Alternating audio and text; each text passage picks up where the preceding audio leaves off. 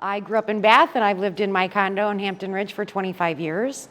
Like she said, I'm a professional organizer. I was the director of marketing and recruitment for Organize 365. I recruited, trained, and certified hundreds of professional organizers across the country, and then decided, I think I'd like to do this instead of the marketing career that I had invested in for many years.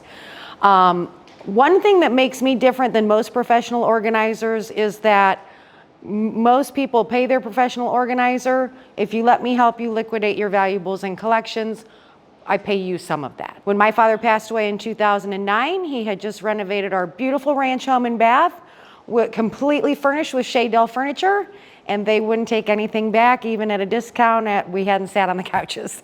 So between that and all the contents of our childhood home, I was able to go and find out who will give me the most money for vinyl records, who will give me the most money for Lionel trains, who will give me the most money for this beautiful brand new Shaydell furniture. So that's kind of my specialty and my expertise on the professional organizing side, on helping you get decluttered and then also helping you get some money along the way. It makes it a little easier to let go of those prized and treasured possessions. Okay guys, so just a couple quick things I'm going to cover for you today. One is shifting our mindset from, oh no, I have all this stuff, I'm overwhelmed, I can't do this, to I have this new opportunity in this new home and I'm excited about that, and how we're going to carry that through with the tasks that we're doing. Some practical tips on decluttering, what to do with your stuff, and then a suggestion to increase your home value as well. Clutter's not just the stuff on your floor, it's anything that stands between you and the life you want to be living. I heard a speech one time from a woman who was a home stager,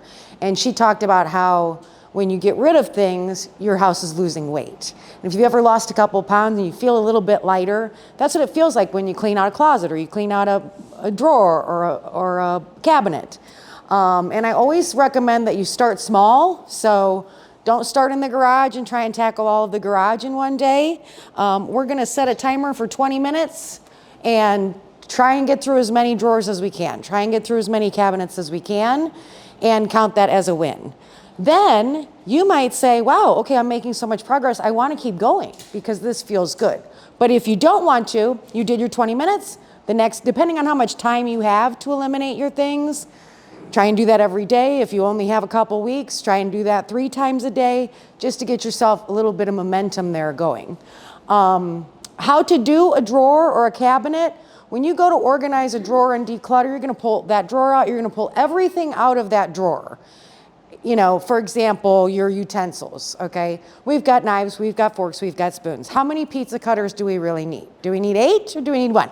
And that's where you can start easily with those things you're not emotionally attached to. It's just a practical thing. I'm moving into a new place, I only need 1 pizza cutter. I don't need all the pizza cutters. If it was a special pizza cutter from Grandpa, that goes on a separate thing. So, like I said, when my dad passed away, he was my very best friend. And there were a lot of sentimental things in that home. And my sister is not emotional like me. She had the clipboard and she was ready and we were moving and we're going and we're doing. Anytime I would start to get emotional about something, she would say, okay, that's going on crying day. Don't worry about that. We're moving on to something else. So start with the things that are not emotional or sentimental. Put those things that are emotional or sentimental to, call it crying day or whatever you want, closer to the time when you're moving. Also, those sentimental things can often be kept, but not necessarily the thing.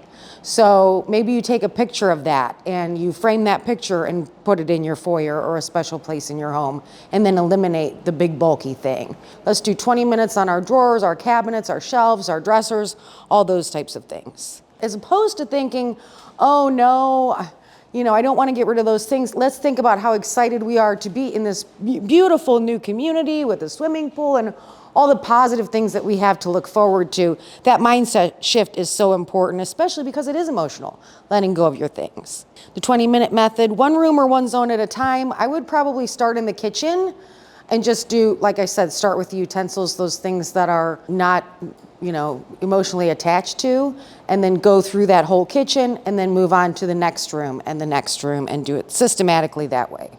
Every professional organizer will tell you you're gonna sort things into, I'm gonna keep that, I'm gonna donate that, I'm gonna sell that, I'm gonna recycle or discard. And I always recommend maybe use different color bins or trash bags. We always do trash in big black trash bags. things that are going to donate or recycle in smaller white trash bags. That way you don't have to work so hard in your mind when you go to put something in. You know, this is trash, this is recycle. And then when we're thinking about keeping things, we're going to be putting those things into the moving boxes, and the things we're going to sell probably into a bin or something like that, that then the person who's going to sell them for you, hopefully that's me or you have someone else, I don't know anyone else doing that, can easily take that bin, empty it for you, bring that bin back with cash. So those are the 4 things that we're going to do, and those color codings help a little bit. Organize 365 is all about functional organizing. How do I use this space? What do I need to make my kitchen work? Do I need a drink station because I'm, getting up and making a smoothie every morning? Do I need a snack station for my kids because I'm packing their lunches real fast? And I'm sure you guys are all familiar with Marie Kondo and Does This Bring Me Joy? That's kind of the first one, use and purpose. Have I used this in the past year? Does it serve a purpose in my life? Would I buy this again if I saw it in the store right now? Value and meaning. Do I love this item, or am I keeping it out of guilt, obligation, or habit? Here's a great opportunity for you if you've had to keep that lamp or whatever it is that your grandma gave you, that every time she comes over, she goes to look and see if you still have that lamp. Maybe it got broken or lost in the move. That's a great opportunity for you. Is this memory tied to the item, like I said, or can I keep it in another way? Wedding dresses. You got that in that box, you're never going to put it back on, but you can donate that to a place that will make gowns for children that are stillborn or very small babies that passed away, and you can do good with that item. Do I have a place for this in my current or future home? Most importantly, is this item worth the space it's taking up? Is it contributing or cluttering the environment I want to live in? And that's maybe, making a choice. So we've got 2 chairs and 2 couches, and we're moving, and we have to get rid of 75%. What do we like the most? We have to get rid of 50%. We picked 2 out of the 4. And being able to keep what we want and get rid of what we can't keep. Do I already have another item that serves the same function, like I said with the pizza cutters or microwaves or whatever it is?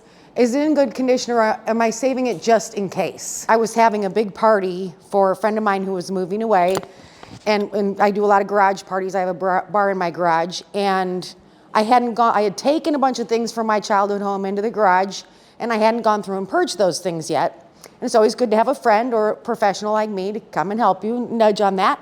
And my friend came over, and he knows me very well and how emotional I am, and so he just started. We had 2 things of Miracle-Gro. One had all kinds of little pellets in it, and one had just like 6 or 7 little pellets in it. And he said, do you think we could start with this one with just the 6 or 7 pellets in it? And that's where it's helpful to just start with, okay, we've got 2, which one can we get rid of, and getting rid of those duplicates.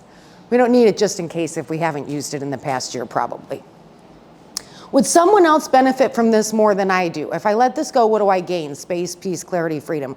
I think one of the best parts of my job on the side of eliminating things and finding new homes is the joy that it brings the people that are buying those items or that they're being donated to. The children that, are being buried in that wedding dress as opposed to it sitting in the closet. I took some Lionel trains for a client of mine this past Saturday to the Medina Antique Mall, and that guy was so excited. He's a train guy, he's so excited. And they were just sitting in her basement in a box. So just thinking about, is there someone else that could benefit from this, whether it's donating or getting money from that item? Long-term storage. Store by category, not by room. So I'm sure all of you ladies have bins and bins of Christmas things.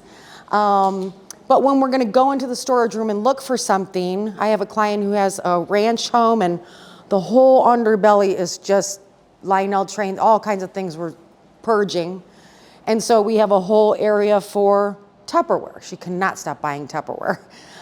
Gifts, she wants to go down there and get a candle or whatever she wants to give as a gift. So think about storing things by category, not by room, so they're easy to find. Clear bins with labels are the best. There is an ideal clear bin that I can recommend. It's a Home Depot, and it fits perfectly in a shelving unit from Home Depot.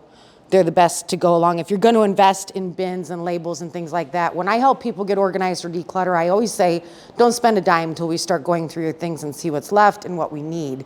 That's the one mistake a lot of people make that costs a lot of money, is buying a whole bunch of stuff to put their stuff in when they don't know how much stuff they're going to have to put in the stuff they bought. So save yourself some money. Let's get rid of everything and then decide what we need. Usually you'll find what you need along the way. You'll find a shoebox, you'll find a bin that you emptied that you can use for something else. So that's another way to save money. Avoid miscellaneous boxes and regularly review what you've stored. Erin asked me to put together a list of donation locations, and that is a mission impossible. There is a charity for every single thing you could possibly imagine, but this is in your packet. Obviously, everybody knows Goodwill, Salvation Army. The Restore is great for light fixtures, extra carpet, any of that home repair type stuff that you have. You don't need extra lumber, you don't need extra vinyl flooring, whatever it is, they will take that and resell it and or use it for their Habitat for Humanity homes. So that's great for charity. This charity spot is something that Erin added, but they'll pick up for you, which is great. The VA will pick up, and then the library is great for books, CDs, and DVDs. They no longer take VHS. There's no one anywhere that will take a VHS, so you might as well just keep it or throw it out. And then the last thing I want to share with you is this home reference binder. So when you go to sell your home and move, this will increase the value of your sale. If you have a binder that has the information about your landscaping plans, your home purchase information, your improvements, your appliances, your decor, what color is the paint, where did you get the carpet, what's that, so that that person can easily go and say, oh, the furnace was serviced in 2018, it probably does need to be replaced. So I do highly recommend that you put together one of these when you sell your home so that you can get more money for it. If you guys have any questions for me at the end or want to pull me aside, I'd be happy to help address your unique situations. I know that getting organized is a emotional thing and it's a personal thing. So if you have any specific questions for me, I'd be happy to answer them. Thank you so much.